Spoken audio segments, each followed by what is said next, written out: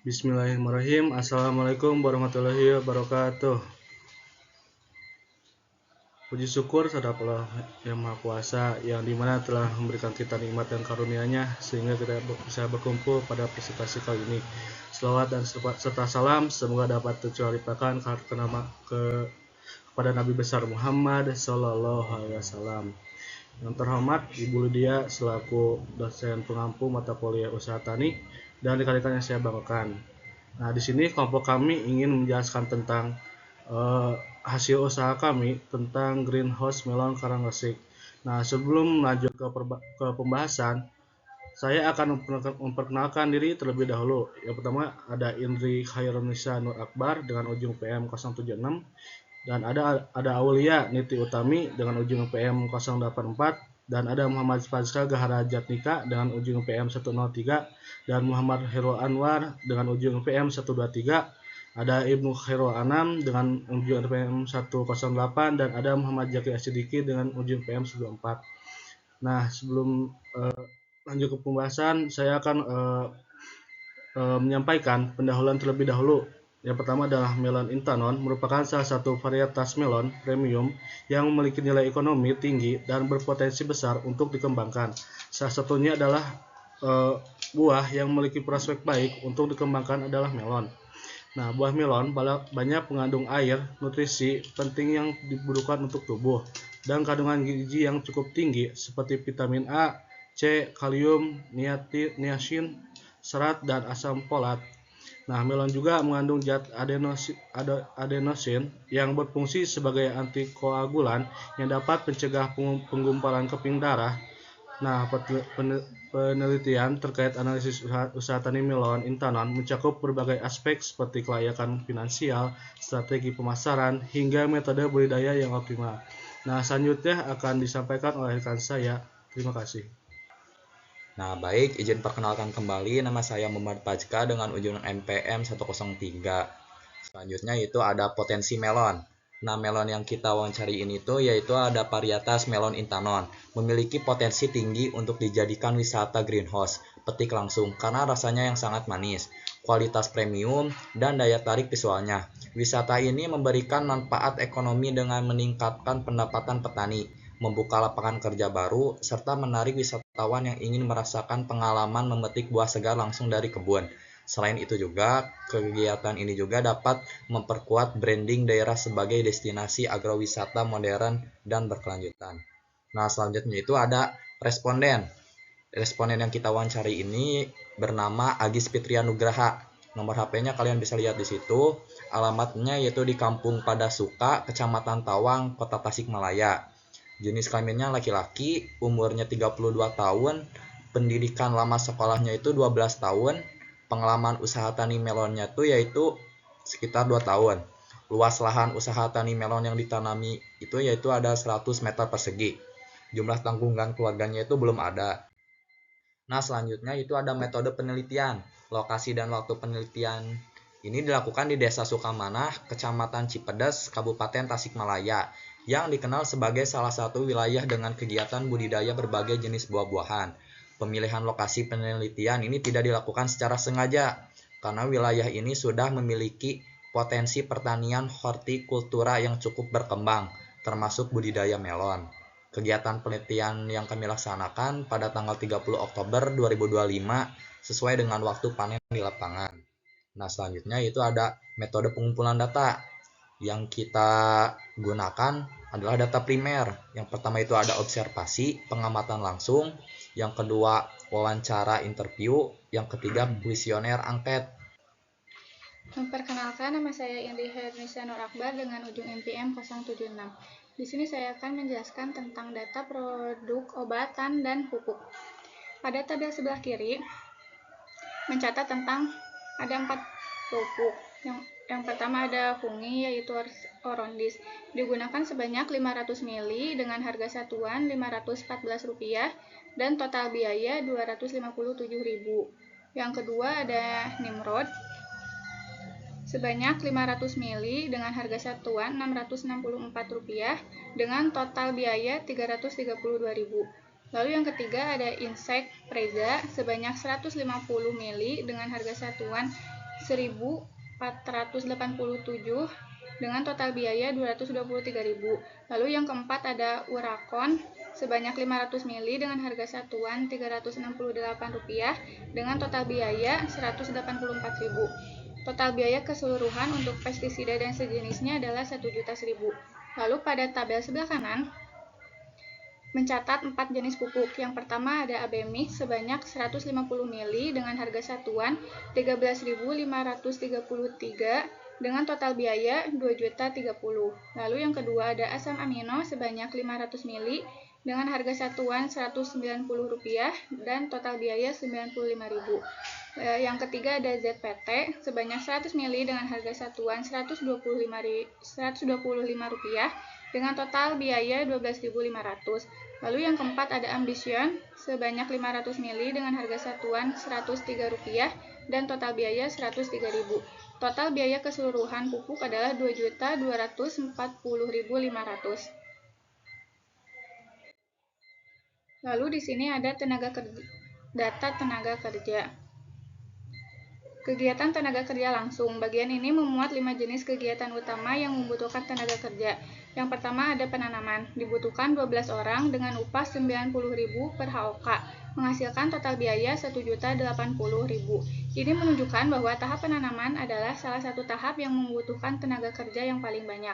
Lalu yang kedua ada pemupukan, melibatkan 2 orang dengan upah Rp90.000 per hari, dengan total biaya Rp180.000. Kegiatan ini relatif ringan dan tidak membutuhkan banyak tenaga kerja. Lalu yang ketiga ada pemeliharaan. Memerlukan 2 orang dengan upah Rp90.000 per hari dan total biaya Rp180.000. Ini mencakup kegiatan seperti penyiangan, penyiraman, dan pengecekan hama penyakit. Lalu yang keempat ada pemanenan. Membutuhkan tenaga kerja sebesar 15 orang dengan upah yang lebih tinggi yaitu Rp120.000 per HOK.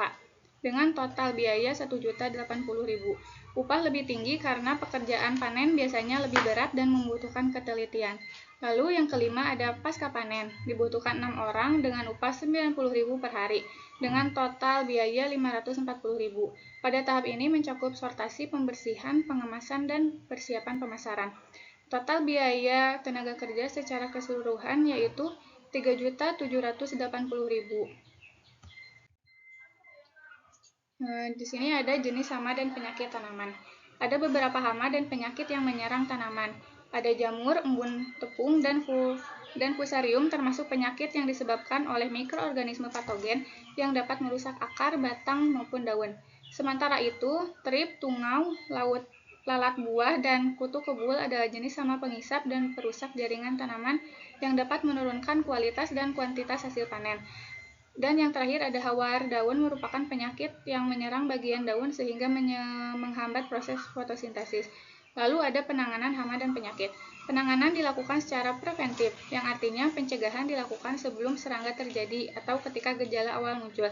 Langkah preventifnya adalah penyiraman untuk menjaga kondisi tanaman tetap sehat dan kuat, serta penyemprotan insektisida dan pestisida untuk mencegah perkembangan hama maupun penyakit. Sekian dari saya, selanjutnya akan dilanjutkan oleh rekan saya. Baik, izin memperkenalkan kembali, nama saya Muhammad Anwar. Di sini saya akan menjelaskan tentang pemasaran dan biaya transportasi. Nah, untuk yang pertama ada pemasaran, ada melon dijual. Nah, melon dijual ini bisa dipetik secara langsung dari greenhouse. Nah, harganya ditentukan oleh petani. Sistem pembayarannya bisa cash dan transfer. Nah, untuk harga jualnya dijual dengan Rp35.000 per kilogram atau per unit. Nah, yang kedua ada biaya transportasi produk, dihitung per kilo bukan per kilo jarak, yaitu 1 kilo atau Rp1.000. Nah, alat transportasinya dimiliki sendiri, memakai mobil pick up. Dan yang kedua pakai bis, itu opsional kalau bentrok. Nah, selanjutnya ada metode penelitian, teknik analisis data yang diperoleh dianalisis dengan metode analisis kuantitatif dan deskriptif untuk menghitung biaya penerimaan, pendapatan, serta kelayakan usaha tani melon greenhouse. Rumus yang digunakan adalah yang kesatu ada total biaya atau TC sama dengan biaya tetap atau FC tambah biaya variabel atau FC. Yang kedua ada total penerimaan atau TR sama dengan produksi Y dikali harga jual P. Yang selanjutnya ada pendapatan P sama dengan TR dikurangi TC. Yang selanjutnya ada R per rasio, RC rasio atau revenue cost ratio sama dengan TR dibagi TC. Jika R per C lebih dari 1, maka usaha tani layak dijalankan. Nah, untuk selanjutnya ada B per C rasio atau benefit cost ratio sama dengan TR dikurangi TC dibagi TC. Jika B per C lebih dari 0, maka usaha itu sangat menguntungkan. Yang selanjutnya ada break even point atau BEP. BEP unit harga sama dengan PC dibagi buka kurung P dikurangi PC.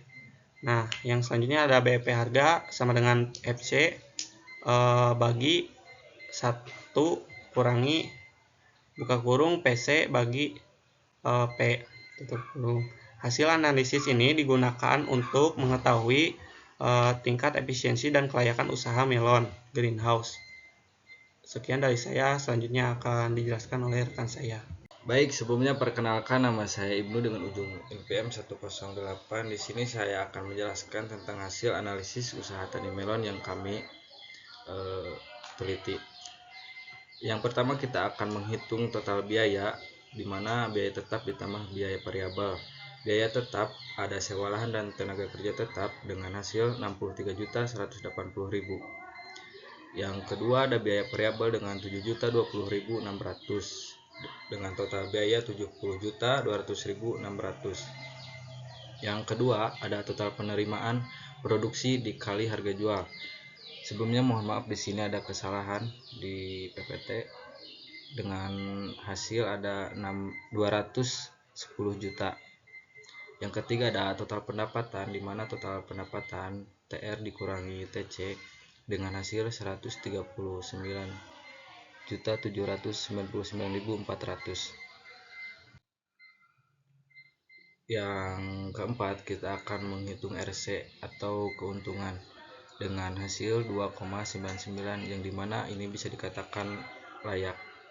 Yang kedua ada B dibagi C dengan hasil 1,99.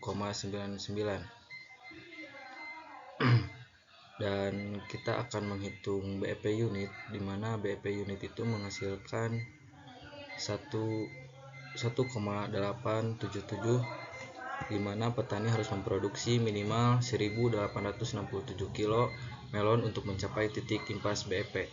Karena produksi aktual 6.000 lebih besar dari BEP, usaha ini layak. Dan kita akan menghitung BEP harga, di mana BEP harga ini ada 65.134.040 perak dengan harga sebesar merupakan batas minimal pendapatan penjualan yang harus dicapai agar usaha tidak mengalami rugi maupun untung. Jika pendapatan melebihi ini, nilai tersebut usaha mulai memperoleh laba. BEP ini menjadi acuan penting dalam menetapkan target penjualan serta perencanaan bisnis secara efisien. Yang terakhir ada rentabilitas dengan hasil 3,10%. Tingkat rentabilitas sebesar 3,10% menunjukkan usaha mampu menghasilkan laba dari modal yang dikeluarkan meskipun angkanya masih tergolong rendah, sehingga efisien dan probabilitas usaha perlu terus ditingkatkan. Sekian dari saya. Wassalamualaikum warahmatullahi wabarakatuh. Baik, perkenalkan, nama saya Auliani Utami dengan ujung NPM 084. Selanjutnya itu ada grafik total biaya. Grafik pertama yang berjudul total biaya atau TC menyajikan distribusi biaya dalam suatu kegiatan agribisnis dengan 5 kategori utama: sewa lahan, tenaga kerja tetap, pestisida, pupuk, dan tenaga kerja langsung. Dari visualisasi tersebut terlihat bahwa sewa lahan merupakan komponen biaya terbesar, mencapai lebih dari 63 juta rupiah, jauh melampaui kategori lainnya. Hal ini menunjukkan bahwa akses dan pemanfaatan lahan menjadi faktor paling dominan dalam struktur biaya usaha yang bisa berdampak signifikan terhadap efisiensi dan keberlanjutan produksi. Sementara itu, biaya untuk tenaga kerja tetap, pestisida, pupuk, dan tenaga kerja langsung relatif kecil dan hampir sejajar, masing-masing berada di bawah 5 juta rupiah. Ketimpangan ini mengindikasikan bahwa pengeluaran operasional selain sewa lahan masih terkendali, namun juga membuka peluang untuk optimalisasi biaya tenaga kerja dan input produksi agar lebih efisien. Selanjutnya yaitu grafik total penerimaan dan total pendapatan.